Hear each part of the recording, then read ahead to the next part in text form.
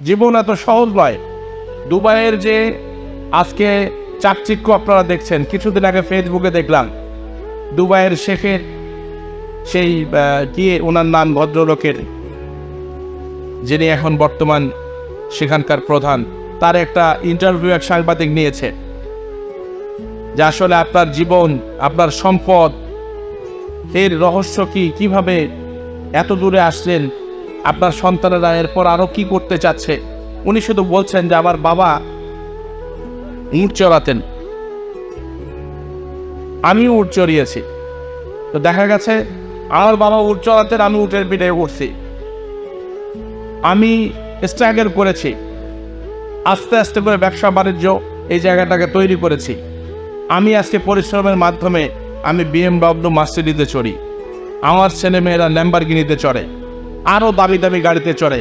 মানে কি, ওই যে কি বলে ডায়মন্ড খচ্চিত যে গাড়িগুলো আছে সেগুলোতে তারা চড়ে।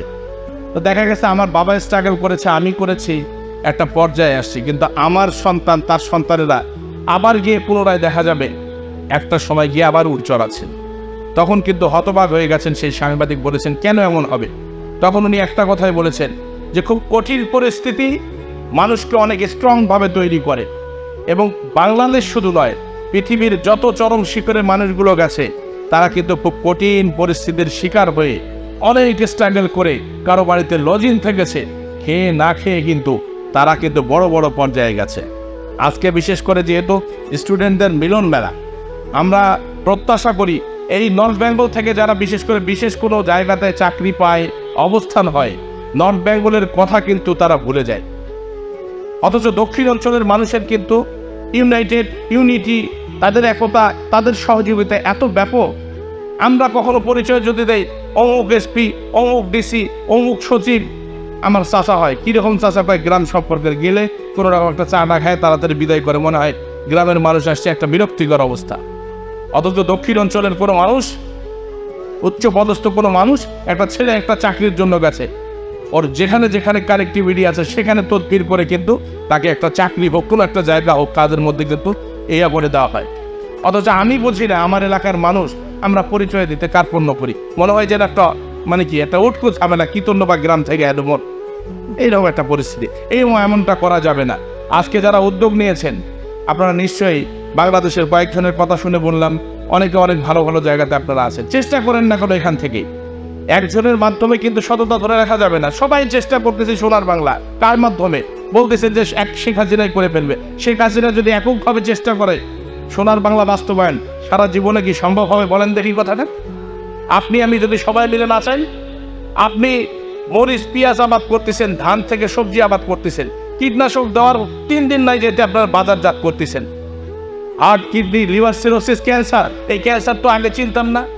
সকালবেলা হলে কমপক্ষে 5-7-10 জন ক্যান্সারের রোগী টাকার জন্য যা বসে থাকে আমার কাছে।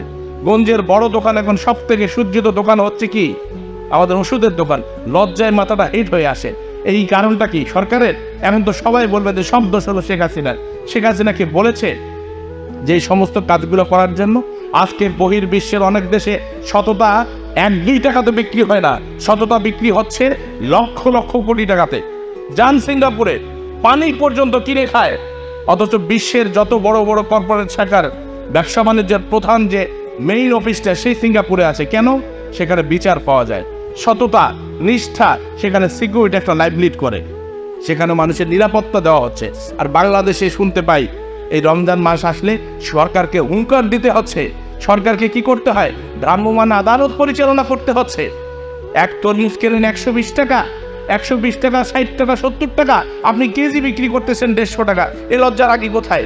যখন প্রশাসন দিয়ে ধরলো, বাংলার মানুষ আপনারা বয়কট করলেন, তরমুজ দেখতেছি এই গ্রাম মানে কি গাড়ি তরমুজ এখন কি ভাগাড়ের মধ্যে ফেলতেছেন আপনারা। একটা এই যে কিছুদিন আগে কি ডেঙ্গু জ্বরের প্রকোপ আবার তো আসতেছে, সেই সময়টা 70 টাকা, 50 টাকায় কেনেন, 44 টাকায় কেনেন, 150 টাকা, 200 টাকা, 250 টাকায় ট্যাপ নিয়ে যান। এই যে পরিস্থিতি, এই যে সততার অভাব, এটা কি সরকার চাইলে, MP চাইলে, মন্ত্রী চাইলে, শেখ হাসিনা চাইলে এককভাবে পারবো আমরা? এই দেশটা কি শুধুমাত্র আওয়ামী লীগ সরকারের, MP মন্ত্রী, শেখ হাসিনা প্রধানমন্ত্রীর? বলেন, এ দেশটা তো আমাদের সকলের দেশ। এই দেশটাকে কবে ভালোবাসবেন আপনারা সবাই? এই দেশটাকে কখন বলবেন যে এই শুধু বিরাটনগর না, এই বাংলাদেশটা আমাদের? এই বাংলাদেশের চারপাশে আমি যাই কিছু করছি, আমার আগে পরিবারের কথাটা যেমন চিন্তা করি, আমি যেন মানুষের কথাটাও সেভাবে চিন্তা করি। এই কথাগুলো এই কারণে বলছি, নতুন করে জাগ্রত হবার সময় এসেছে। নিজের অবস্থান থেকে যতটুকু করব, খুব বেশি প্রয়োজন আমাদের সততা, খুব বেশি প্রয়োজন। মঞ্চে দাঁড়িয়ে বক্তৃতা করে মুখে ফ্যাটনা তুলে ফেলছি, রাতের অন্ধকারে টাকা না হলে চাকরি পাওয়া যাবে না। মহা মুশকিল ঘটনা। একটা পিয়নের চাকরি 10 লাখ 12 লাখ টাকা।